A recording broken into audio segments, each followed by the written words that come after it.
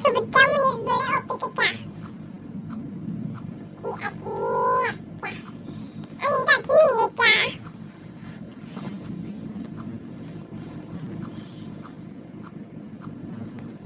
Kanihut dari sao ka.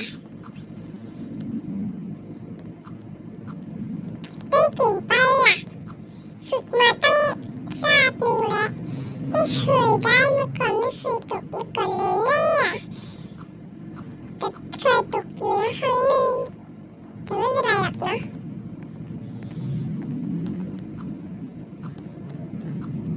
อาจจะเงียบจริงๆเงียบเหมือนมุกมัวฮ่าฮ่าแบบไม่ตลกด้วยโอเคตกไปตรงนี้ง่ายมากค่ะอันง่ายมากง่ายสำหรับเรา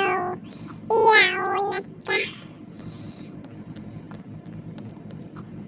ก็มาอีกกองหนึ่งอยู่ซอยนี้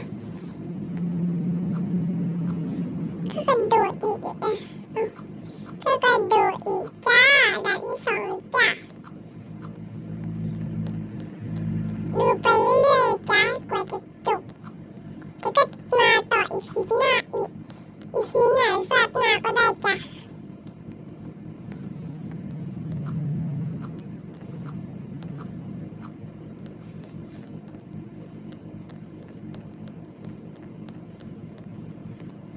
ใกล้จะถึงด่านที่สามแล้วเว้ย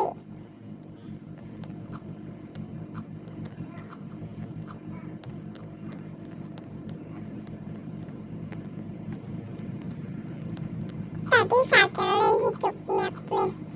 ค่อยอีพีหน้าสัปดาห์หน้าจ้ะเจ๊บอกจ้ะ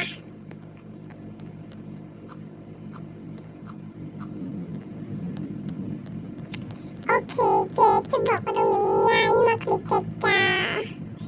ก็กระโดดอย่างเดียวแหละไม่มีทางตรงไปตรงมาเลยจ้ะเนี่ยขี้เกียจเอาเนี่ยนะที่สามจ้าเกิดจ่อเลยจ้ากระโดดต่อจ้าถ้ามันตกก็คือระยะวัดปีมองนั้นจ้าและที่สี่จ้ามีแต่ตัวอะไรน้ำด้วยสบายที่สิบขึ้นสิ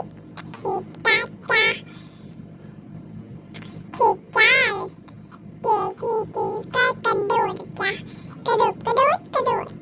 เจ๊ชอบแบบอีเวนต์มากแต่ของมาเล่นแบบนี้กว่านะก็สนุกมากจ้ะ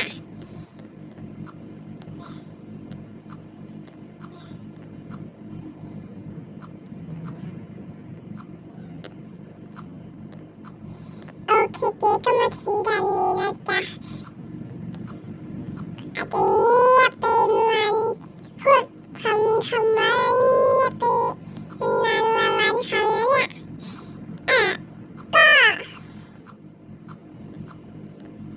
ก็สนุกวันนะดูให้จบกดติดตามกดใจกดแชร์แล้วก็